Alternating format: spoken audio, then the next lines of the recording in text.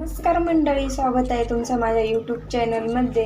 मी आज आपण भरपूर प्रकारचे धिरडे खाल्ले, डोसे खाल्लेत, पण ज्वारीच्या पिठापासून कधी तुम्ही धिरडे बनवलेत का, कधी खाल्लेत का? तर मी आज बनवणार आहे ज्वारीच्या पिठापासून धिरडे। त्याला धिरडे पण म्हणतात आणि घवण पण म्हणतात बरं का। आणि ते ना रसासोबत आपण सणाला गुळवणी बनवतो ना, त्याच्यासोबत सुद्धा खूप खायला टेस्टी आणि मस्त लागतात। वेळ न घालवता व्हिडिओला सुरुवात करू। मी तर ह्या वाटीने 2 वाट्या ज्वारीचं पीठ घेणार आहे। छान असं आपल्याला ज्वारीचं पीठ चाळून घ्यायचं आहे। ह्या वाटीने 2 वाट्या। ह्या पद्धतीने जर ज्वारीचे धिरडे जर बनवले ना, लहानांपासून मोठ्यांपर्यंत ना खूप आवडीने खातील।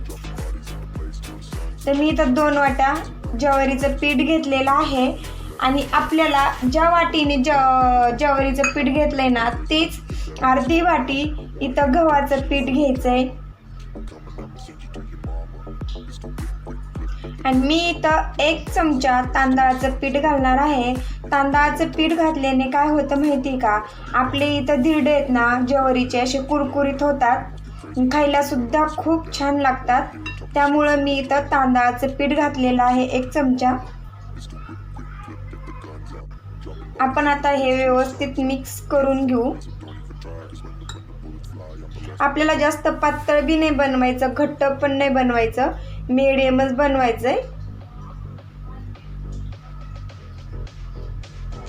आता आपल्याला थोडं थोडं पाणी घालून आहे ना छान असं हे मिक्स करून घ्यायचं। याच्यात घिटुळ्या अजिबात ठेवायच्या नाहीत पिठाच्या। अशा पद्धतीने छान असं आपण हे मिक्स करून घेतलेलं आहे। मी जास्त पातळ बी नाही बनवलं आणि जास्त घट्ट सुद्धा नाही बनवलं, मिडियमच बनवलंय। जास्त पातळ जर बनवलं तर आपले धिरडे इथं उलटले जात नाहीत। आणि याच्यामध्ये ना मी गव्हाचं पीठ का घातले माहिती का, गव्हाचं पीठ घातलेले ना आपले धिरडे आहेत ना इथं इझिली उलटल्या जाते। आणि आपण आता हे ना 15 मिनिटं छान असं आपल्याला भिजून द्यायचंय। आणि आपल्याला त्याच्यामध्ये चवीपुरतं मीठ घालून घ्यायचंय। मी इथं 1 चमचा मीठ घेतलेलं आहे, ते याच्यामध्ये टाकून छान असं मिक्स करून घ्यायचं।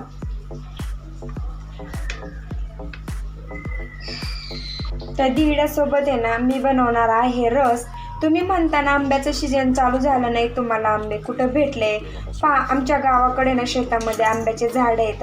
आमच्या एका आंब्याच्या झाडाला आहे ना 10-15 कैऱ्या आल्या होत्या आणि खूप मोठ्या होत्या आणि त्या आता पिकलेल्या आहेत। तर ते आमचे मिस्टर गेलते गावाला, तर त्यांनी आणलेले आहेत गावावरून, तर त्याचा मी बनवणार आहे रस।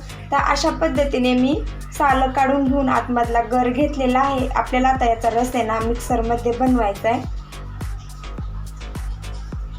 आपण साखर सुद्धा याच्यामध्येच टाकून घेणार आहोत। मिक्सरमध्ये बारीक करताना जर साखर टाकली ना रसामध्ये ना छान मिक्स पण होते आणि बारीक पण होते। मी 1 चमचा साखर टाकणार आहे आणि हे मिक्सरमध्ये आपल्याला रस आता बनवून घ्यायचा आहे। मस्त असा माझा इथं रस तयार झालेला आहे आणि आपलं पीठ सुद्धा छान असं भिजलेलं आहे। आपण आता धिरडे बनवून घेऊ।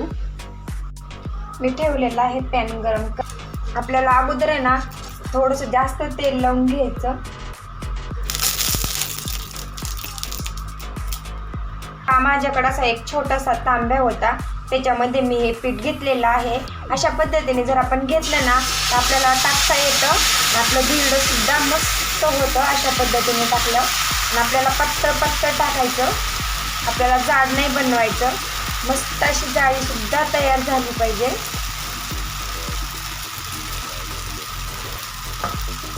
आपण आता याला कडेने ना थोडंसं तेल सोडून घेऊ अशा पद्धतीने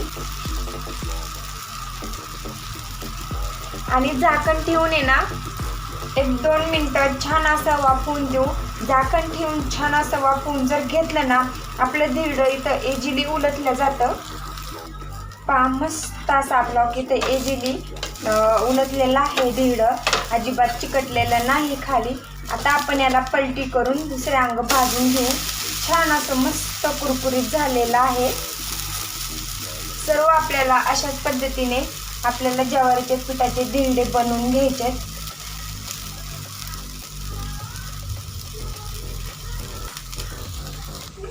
छान असं आपलं इथं धिरडं भाजलेलं आहे.